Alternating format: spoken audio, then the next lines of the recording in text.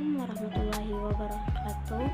Puji syukur kita haturkan kepada Allah Subhanahu wa taala, serta tak lupa juga salawat serta salam kepada junjungan kita Nabi besar Muhammad sallallahu alaihi wasallam. Saya Fitriana NPM 2112543. Di sini saya akan memenuhi tugas mata kuliah yang diberikan oleh Ibu Mardia Agustina, STH MPD. Baiklah, untuk penjelasan lebih lanjut, marilah kita simak dengan seksama penjelasan pertama tentang pengertian hadis maudhu dan inkarus sunnah.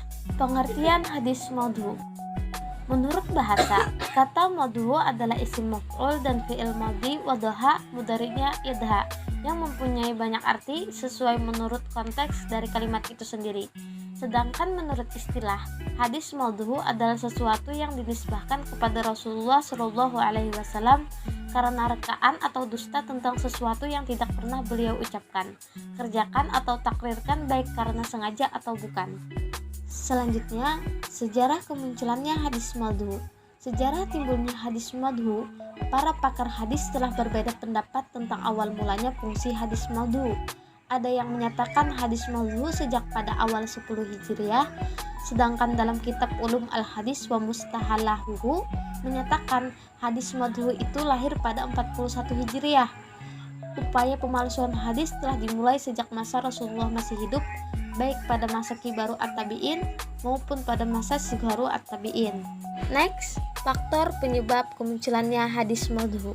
Ada beberapa motif yang mendorong mereka membuat hadis palsu atau faktor penyebabnya, antara lain: yang pertama, bertentangan politik; yang kedua, usaha kaum jik; yang ketiga, fanatik terhadap bangsa, suku, negeri, bahasa, dan pimpinan; yang keempat, mempengaruhi kaum awam dengan kisah dan nasihat; yang kelima, perselisihan mazhab dan ilmu kalam; yang keenam, membangkitkan gairah beribadah; dan yang terakhir, menjilat pengusaha.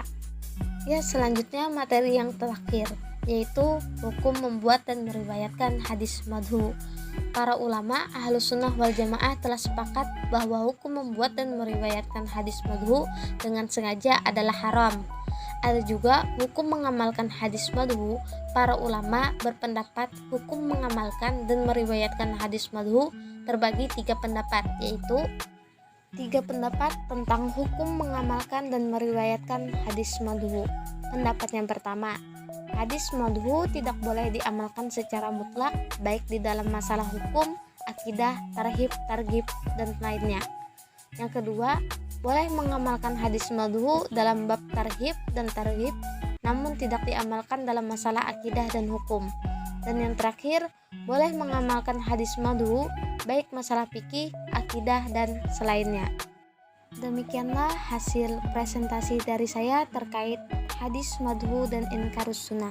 Saya Fitriana pamit undur diri. Terima kasih atas perhatiannya teman-teman semua, dan mohon maaf apabila ada kesalahan baik perkataan maupun perbuatan.